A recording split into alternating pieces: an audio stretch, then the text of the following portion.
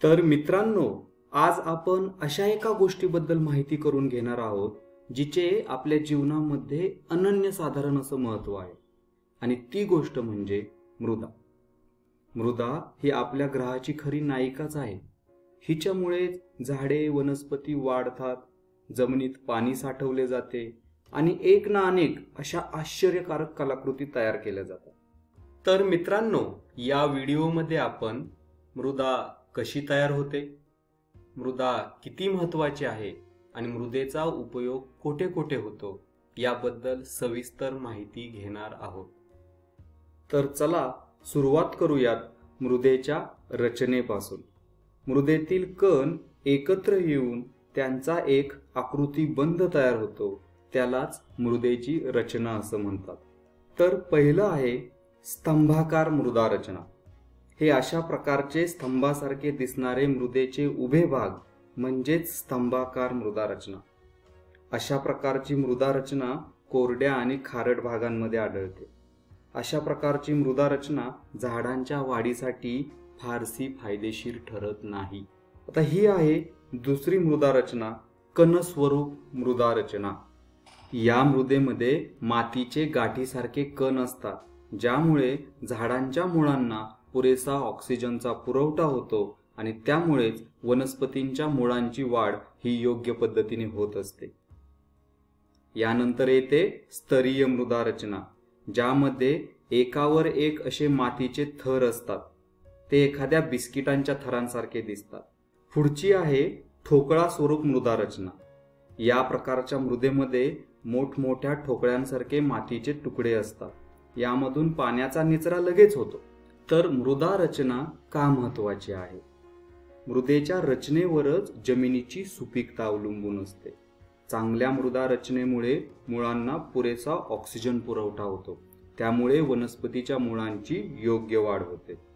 त्याचबरोबर जर पाण्याचा निचरा चांगल्या पद्धतीने झाला तर झाडांच्या मुळांना योग्य प्रकारे जीवनसत्वे मिळतात, बरोबर. तर वनस्पतींना अन्नद्रव्य पुरवण्याची क्षमता ही मृदा रचनेवरच अवलंबून असते. लक्षात घ्या, चांगली मृदा म्हणजेच चांगली निरोगी झाडं, बरोबर. तर आता एक महत्त्वाचा प्रश्न असा आहे की मृदेचे उपयोग काय काय आहेत? तर पहिला आहे वनस्पतींची वाढ करणे. मृदेमुळेच निसर्गाचं अस्तित्व आहे, बरोबर. वनस्पतींची वाढ करणे, पाण्याचा निचरा करणे, वनस्पतींना अन्नद्रव्य पुरवणे आणि आधार देणे हे एक महत्त्वाचं काम मृदा करत असते, बरोबर. दुसरं काम आहे आकार्यता. मृदेला हवा तसा आकार देता येतो. मृदेच्या या गुणधर्मालाच आकार्यता असे म्हणतात.